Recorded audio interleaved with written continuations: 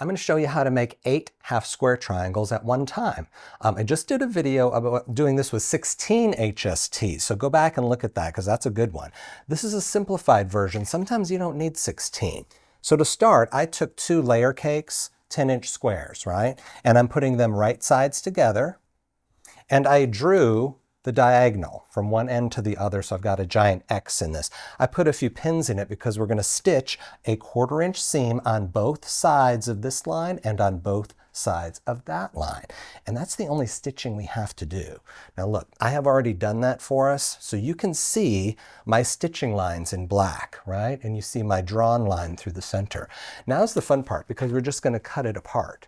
Now to cut it, I'm going to cut vertically halfway, and I'm going to cut horizontally halfway, and I'm going to cut both of those original X lines. Now, if I can be careful with it, I'm using my rotating cutting mat. I always find this a challenge because if you can do this without your fabric moving, then you have won the game. So let me start with that. And nah, my stuff is already moved. I can already tell. And that's okay. Gone there. And then, oops. I'm just going to turn the whole thing. I need to do my 2 diagonals. There's one.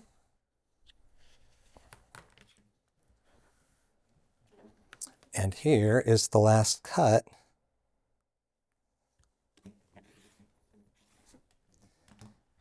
And here we have it. Now look, we've got 8 of these beautiful half square triangles.